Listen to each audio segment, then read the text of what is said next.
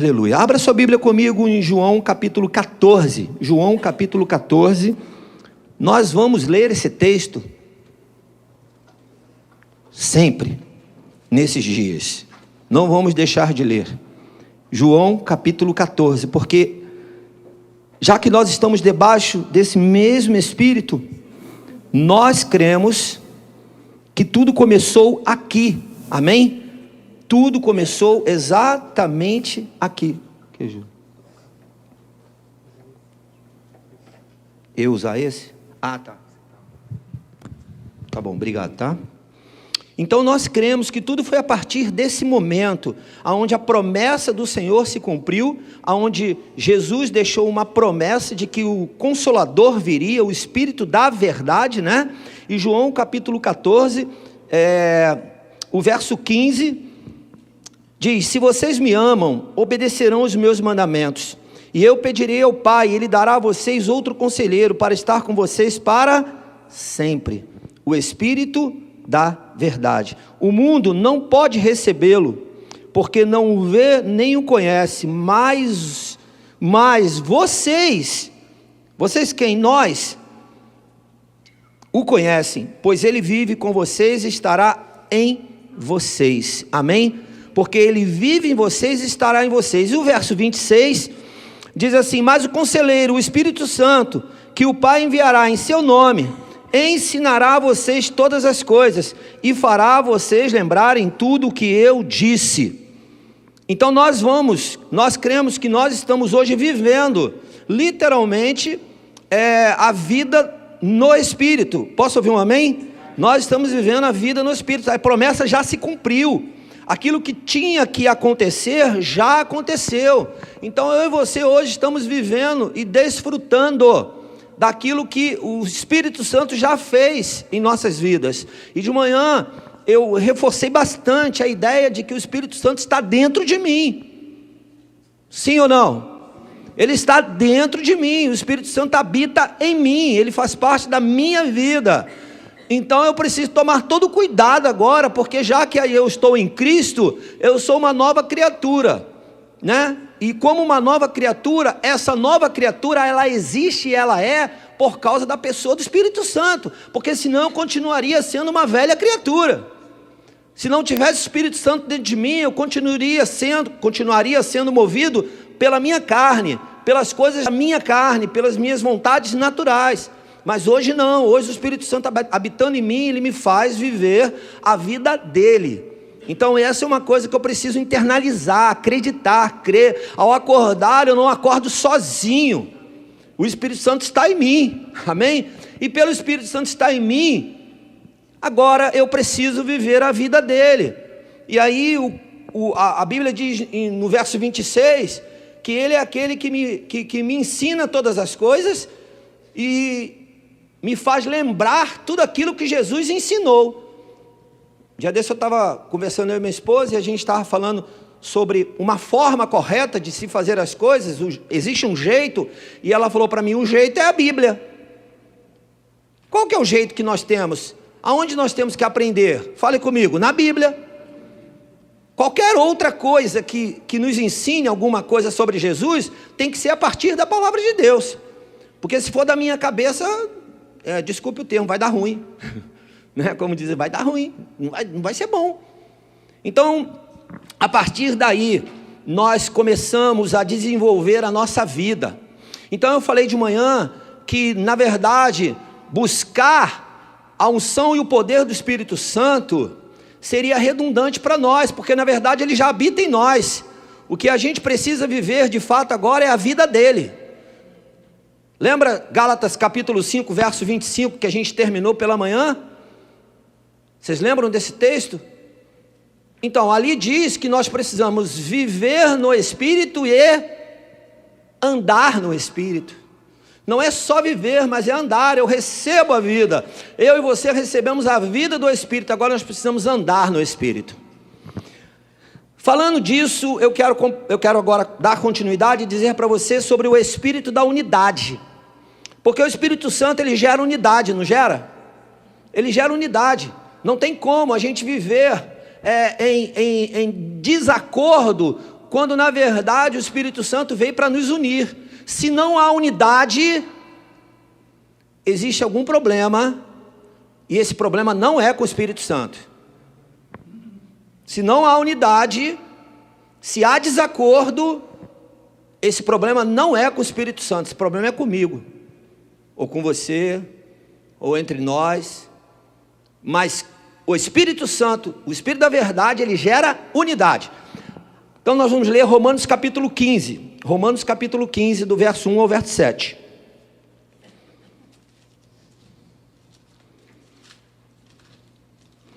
Romanos 15, do verso 1 ao verso 7.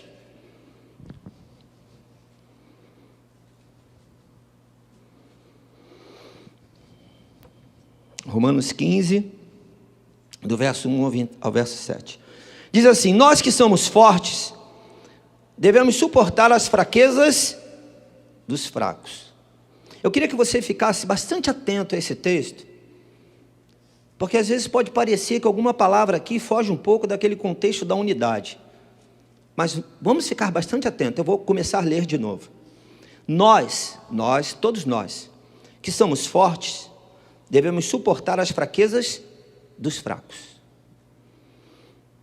Antes de eu continuar, deixa eu te perguntar uma coisa. Você em algum momento se sente forte?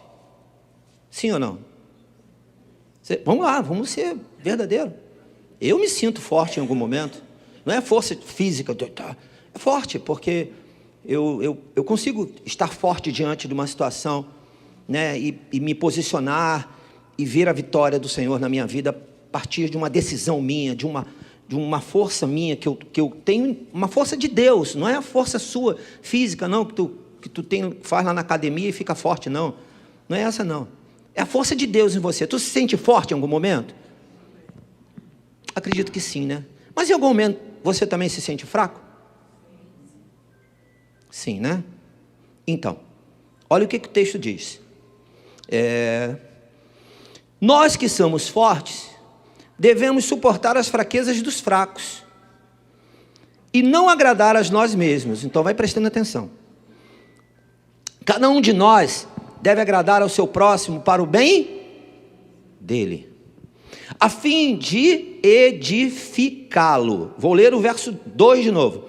Cada um de nós deve agradar ao seu próximo para o bem dele, não para o nosso bem, a fim de edificá-lo. Quando você agrada alguém, você está construindo algo na vida de alguém.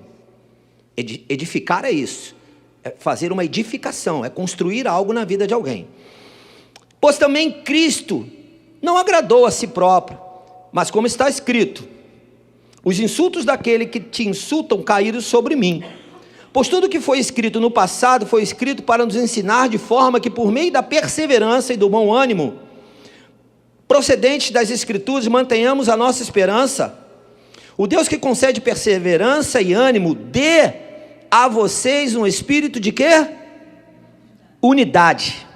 Segundo quem? Cristo Jesus. Para que com um só coração e uma só voz vocês glorifiquem ao Deus e Pai de nosso Senhor Jesus Cristo.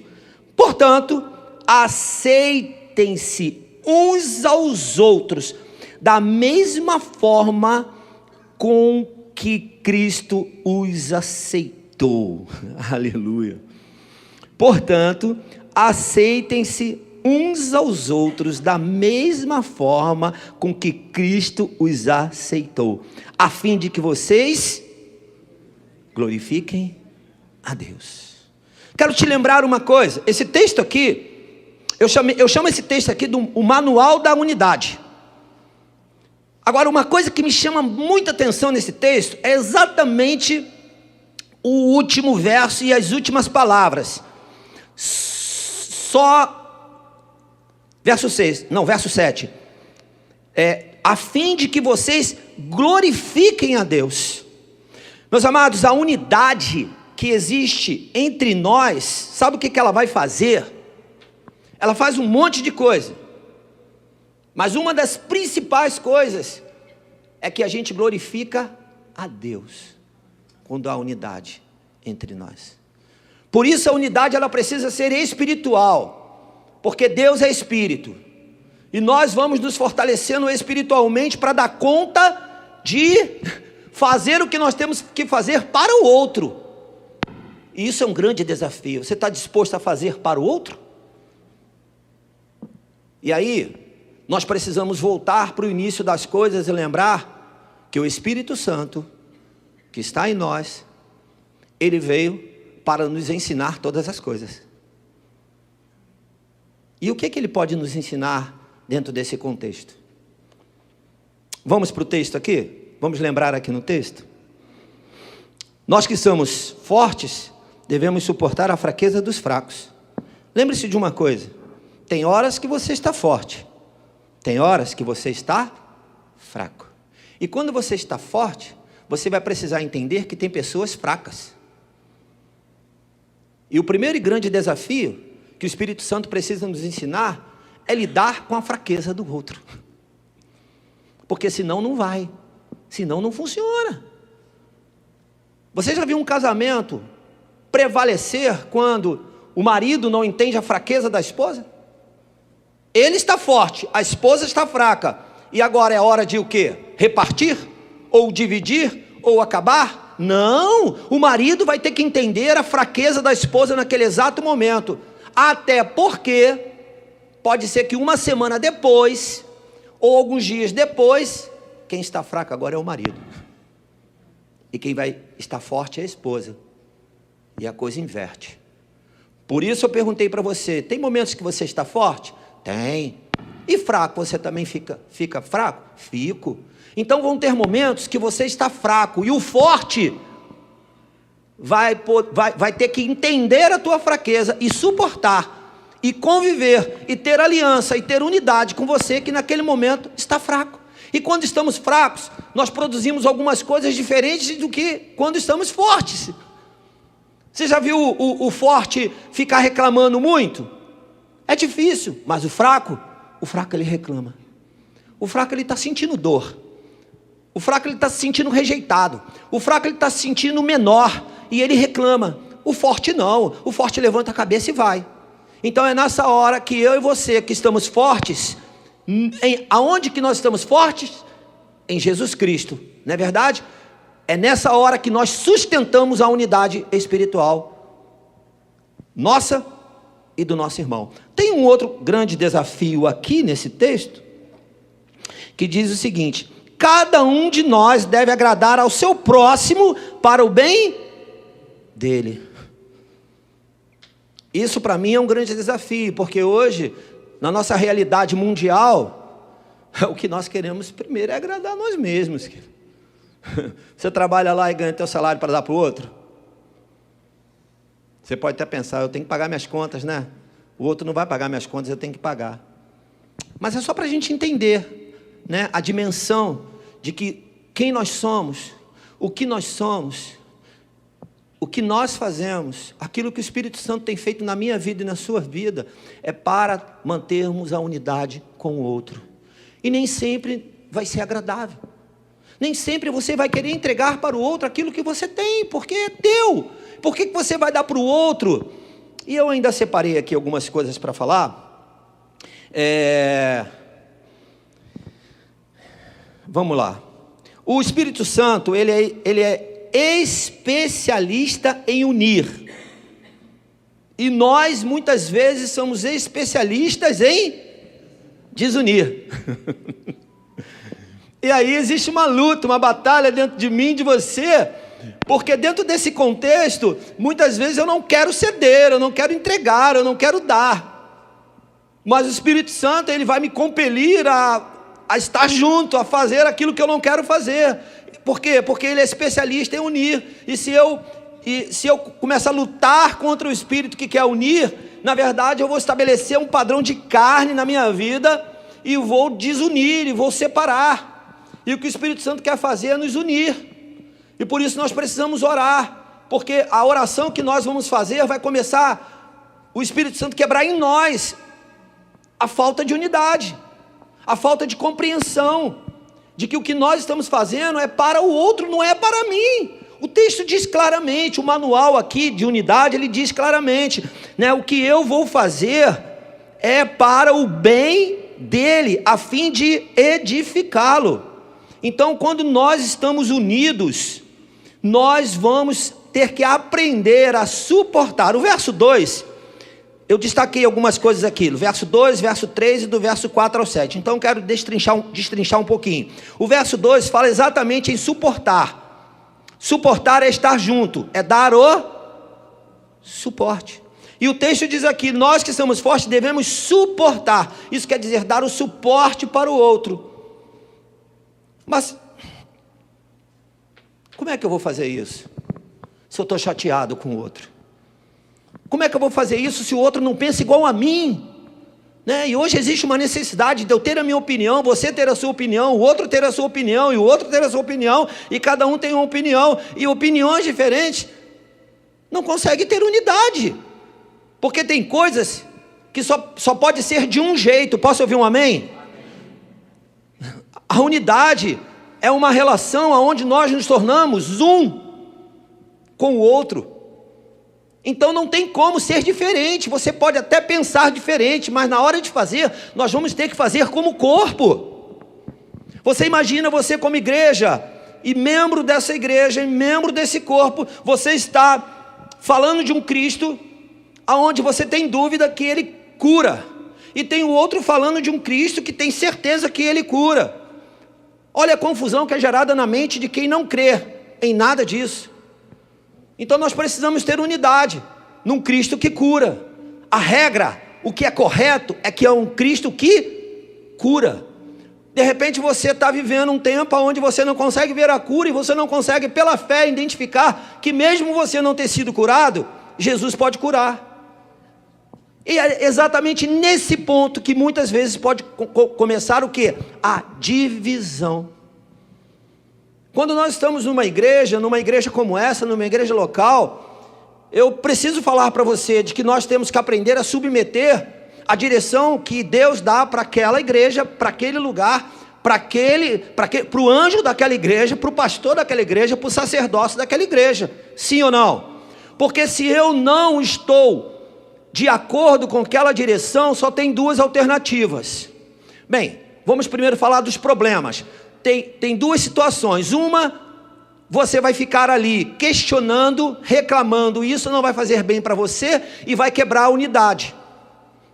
E a outra coisa é que você pode ficar com o seu coração cheio de amargura, cheio de tristeza.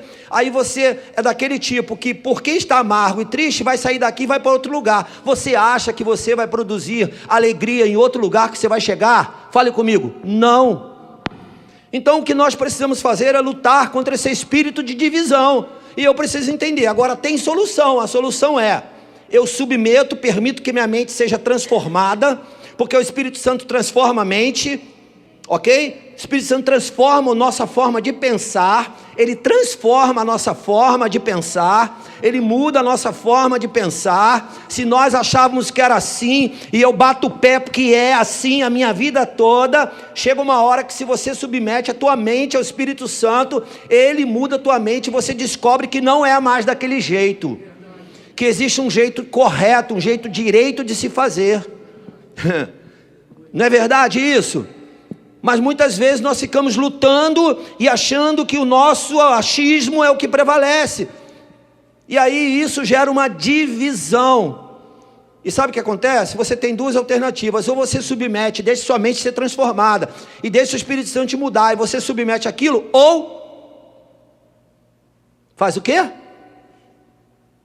Vai para outro lugar, arrumar problema em outro lugar, dividir outro lugar. Porque o que você não pode é dividir o lugar onde você está. Se você vai para outro lugar e vai dividir lá, alguém vai dizer a mesma coisa para você. Sai daqui e vai dividir outro lugar, até que a sua mente seja transformada. Porque o correto é ter a mente transformada. A segunda opção, apaga ela, porque não serve nem para mim nem para você. O correto é eu ter a minha mente transformada. Imagina o casamento ser como mudar de igreja. Para os que ficam mudando toda hora. Para os que não entendem que precisa ceder, que precisa abrir mão, que precisa dizer não, que precisa dizer: olha, o errado sou eu, o errado não é o outro, o errado sou eu. Ou então, se eu estou certo e biblicamente eu estou correto, o que eu faço? Pego minha maleta e vou estrada fora. De repente eu vou encontrar alguém que esteja com a mente cauterizada como a minha. E vai encontrar. Mas se eu permito, o Espírito Santo muda a minha mente. E sabe o que acontece? A partir de mim, a partir de você e da nossa decisão, o espírito de unidade prevalece sobre aquele lugar. E quando há unidade, Deus olha para aquilo e fala: opa, é a hora de eu chegar com poder, com unção, com autoridade. É a hora de eu, assim, desculpa o que eu vou falar, é a hora de eu quebrar tudo. Está na hora de quebrar tudo e agora começar tudo de novo, porque ali eles estão com o coração aberto, eles estão prontos para receber. Unidade, o espírito de unidade, ele não quer dizer que nós somos agora os melhores da terra, não. Quer dizer somente que nós estamos juntos. Lembra de manhã quando eu falei? Deus deu uma ordem, né? Jesus deu uma ordem para os discípulos. O que eles fizeram? Escutaram.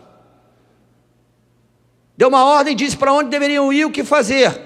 Eles obedeceram. Todos juntos. A Bíblia diz que todos eles estavam ali. Saíam, todos vocês se reúnam lá. E quando o Espírito Santo veio, estavam quem? Eles estavam aonde? Todos juntos. E o Espírito Santo veio sobre eles, unidade. A unidade trouxe a presença do Espírito Santo. Presta atenção numa coisa: Jesus poderia fazer individualmente lá no teu quarto? Poderia. Ele tem poder para fazer o que ele quiser. Ele poderia pegar cada um de nós aqui, ou aqueles 120, falar: vai para a casa de vocês, escolhe lá o bairro de vocês onde vocês moram, vai para a casa de vocês, fiquem lá, e o Espírito Santo virá sobre a vida de vocês. Ele poderia fazer isso. Não. Lembra que eu falei de manhã que Jesus, quando ele olha e que ele vê a igreja junto, que ele nos vê junto, ele vê a igreja dele. Quando ele vê os membros juntos, ele vê a igreja dele. O verso 3 fala assim, ó, eu já li, mas vou ler de novo. Pois também Cristo não agradou a si próprio, mas como está escrito, os insultos daquele que te insultam caíram sobre mim. O que eu botei aqui no verso 3? O esforço, quem faz? Fale comigo, sou eu. Você acredita que Cristo fez um esforço para chegar aonde ele chegou? Sim ou não? A Bíblia diz que ele veio como homem, e como homem ele viveu nessa terra, ele tinha uma divindade guardada no céu e no coração dele, mas ele como homem, ele precisou se esforçar e tomar decisões, e ele precisou olhar para ele precisou tomar decisões que contrariava a cultura daquele momento, as coisas espirituais daquele momento, a religião daquele momento. Ele olhou para ele, e é tão interessante, que tem um texto bíblico que vocês devem conhecer, claro que conhecem, que ele diz assim: o que falam de mim por aí? Não é verdade? Ele queria saber o que falavam dele, porque ele se preocupava com o que falavam dele. Eu preciso olhar para dentro de mim e entender que não começa no meu irmão, começa em mim. Então o verso 3 aqui me aponta para isso, porque Jesus reconheceu que nele, ele passou por um momento difícil, que ele precisou dizer: agora é a hora que eu vou vencer esse desafio, porque eu preciso chegar na cruz. Você entende que em alguns momentos eu preciso olhar e dizer: sou eu, porque eu preciso chegar na promessa, eu preciso tomar posse da promessa, eu preciso ser um instrumento de unidade aonde eu estou e com quem eu estou. Queridos, preste atenção numa coisa: você teria um pouquinho da explicação do que nós estamos entendendo hoje na palavra, um pouquinho daquilo que a palavra está nos relatando agora, um pouquinho, porque ela é bem grande, e ela é completa, e ela é muito maior do que aquilo que nós estamos experimentando agora nessa noite. Você teria isso se você não estivesse aqui? Não teria. Então olha como é precioso saber que o Espírito Santo cuida de nós, e o que ele quer tratar conosco nessa noite é dizer para mim assim: olha, não é com o outro, é contigo, Lúcio. Chega de olhar para o outro é o outro. O outro, você precisa estar preocupado com ele, sim, porque você precisa edificá-lo. Olha para você e muda você. É o que eu entendi aqui nesse texto aqui, porque Jesus ele falou assim, olha o que o texto diz, né? o que Paulo fala aqui, né? Pois também Cristo não agradou a si próprio, mas como está escrito, os insultos daquele que te insultam caíram sobre mim. Cristo não agradou a si próprio. Então eu preciso entender que eu tenho limites, e que para que eu possa de fato suportar o outro, dar suporte para o outro, eu preciso dizer: Jesus, Espírito Santo, cura o meu limite, tira de mim aquilo que não agrada ao Senhor e nem tampouco ao meu irmão. Agora, uma coisa é certa, eu posso te afirmar isso, muitas vezes nós de fato não vamos agradar a todos, mas não é para isso, não é isso. Sabe o que acontece? Se você esperar mudar para agradar a todos, você não vai mudar nunca. Você tem que mudar porque você tem que mudar. Você tem que mudar porque a palavra diz o que eu tenho que fazer diferente da forma que eu tenho que fazer. Eu não posso fazer de qualquer maneira, eu não posso fazer como o mundo faz. Eu não posso usar o modelo do mundo, eu não posso de forma alguma. Então eu tenho que permitir que o Espírito Santo comece em mim, para que o espírito de unidade que acontece no corpo, eu seja responsável por ele também. E o verso 4 e 7, olha o que diz aqui: pois tudo o que foi escrito no passado foi escrito para nos ensinar, de forma que por meio da perseverança e do bom ânimo procedente das Escrituras, mantenhamos a nossa esperança. O Deus que concede perseverança e ânimo dê a vocês um espírito de unidade, segundo Cristo Jesus, para que com um só coração e uma só voz vocês glorifiquem a Deus e Pai de nosso Senhor Jesus Cristo. Portanto, olha o outro grande desafio: aceitem-se uns aos outros. Quantas vezes você já parou e falou: eu não aceito que o meu irmão faça desse jeito, eu não aceito que seja desse jeito. Quantas vezes nós já paramos e contrariamos a nós mesmos ou o momento, porque nós não aceitamos que seja daquele jeito. E se o jeito que você não aceita, que você está dizendo que aceita porque o outro está errado, e se o teu for o errado? Você já parou para pensar nisso? E se o teu for o errado? Porque os nossos olhos estão no outro, não é verdade? E quando eu olho para o outro, é muito difícil olhar para mim mesmo. E aqui nesse contexto, o que Deus falou no meu coração é que a unidade é possível quando ninguém é maior que ninguém. Posso ouvir um amém? Ninguém é maior que ninguém. É exatamente o que o texto está falando. Dentro do contexto é exatamente isso. Para que com um só coração, uma só voz, vocês glorifiquem ao Deus e Pai de nosso Senhor Jesus Cristo. Portanto, por sermos um só, aceite-se uns aos outros da mesma forma como Cristo nos aceitou, a fim de que vocês glorifiquem a Deus. Eu preciso entender, definitivamente, de que eu tenho que mudar. E mudar consiste em dizer: não sou melhor do que o outro. Eu sou único, tenho um DNA, tenho uma única digital, mas eu sou membro de um corpo. Não importa quem eu sou nesse corpo, o que importa é que eu faço parte desse corpo. E quem está nesse corpo foi amado pelo mesmo Deus, ou é amado pelo mesmo Deus. Ninguém aqui é melhor e maior do que ninguém. O que às vezes parece diferente são as posições que nós nos encontramos. Só posições, sabe? Mas dentro de um quebra-cabeça, onde as peças têm suas posições, se faltar uma peça, o quebra-cabeça não está montado. Precisa de mim e de você. A hora que a gente entende isso, no nosso espírito, a coisa muda. O nosso comportamento muda. A nossa forma de agir muda, porque a minha mente muda. Sabe quando Paulo falou para a igreja? Você precisa mudar a sua mente. Ela não pode ser amoldada às coisas do mundo, e sim às coisas do Espírito. É porque, na verdade, a nossa mente é tão poderosa que ela pode pensar o que quiser. Mas ela também é tão poderosa que, se ela pensar as coisas do Espírito, quanta coisa a gente pode construir. Olha, uma coisa aqui que me chama muita atenção nesse texto. é saber que o que eu construo, o que eu faço, é para a edificação do outro. E vai além da ideia, eu olhei para cá e vi meu filho ali. Vai além da ideia daquele pai que dá tudo para o filho, que faz tudo pelo filho. É além disso. Porque o pai entregar tudo para o filho é facinho, né? É bem mais fácil.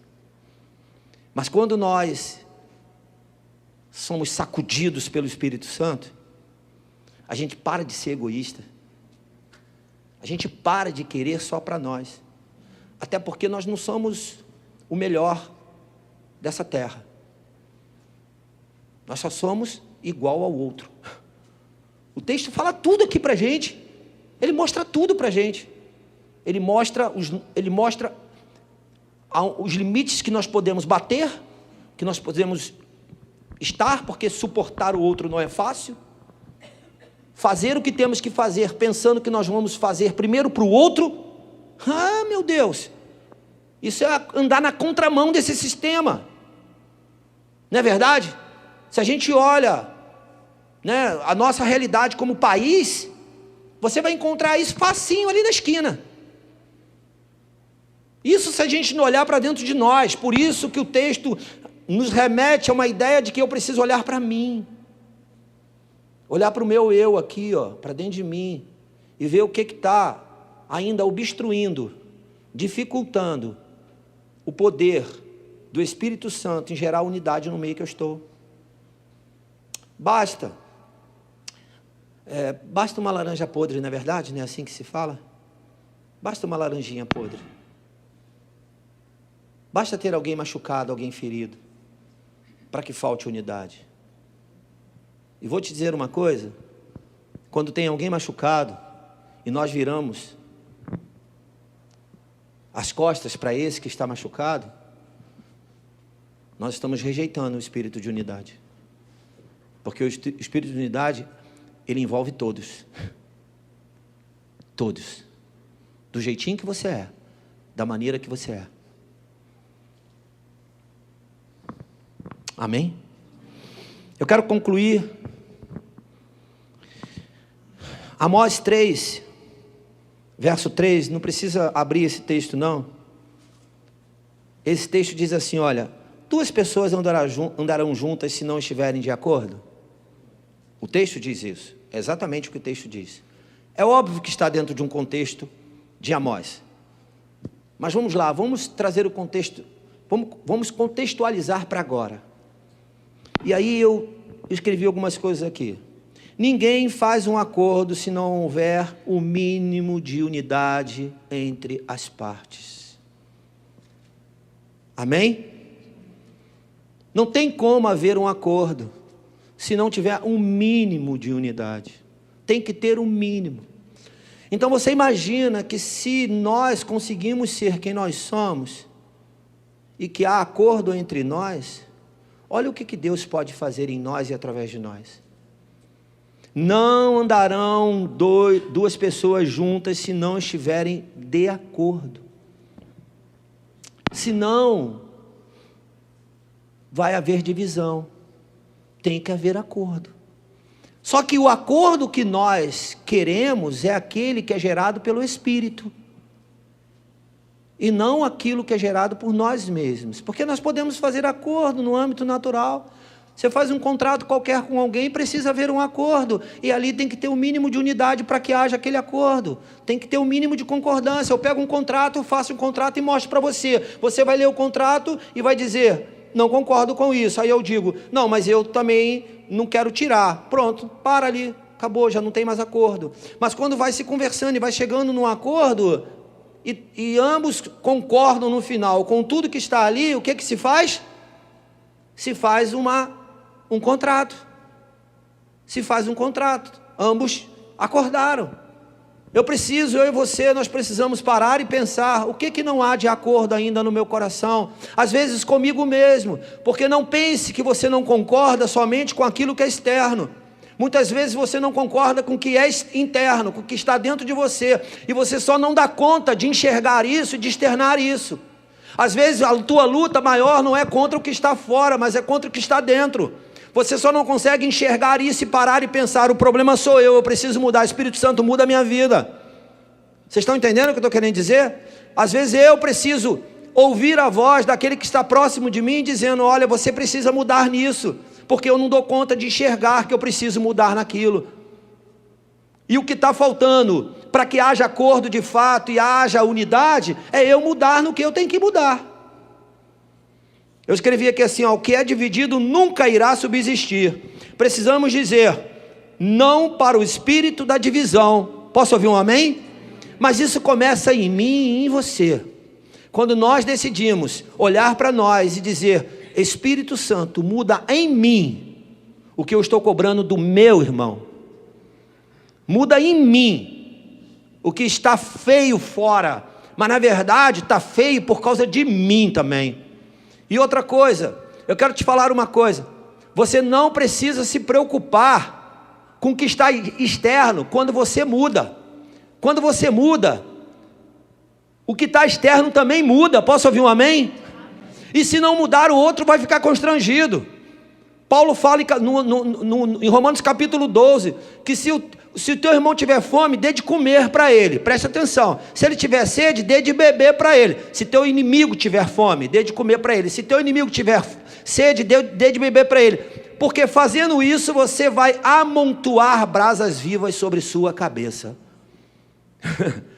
Então nós é que precisamos fazer diferente. Nós, quando eu digo, eu preciso olhar e dizer: euzinho. Aí o espírito de unidade começa a prevalecer no meio onde eu estou.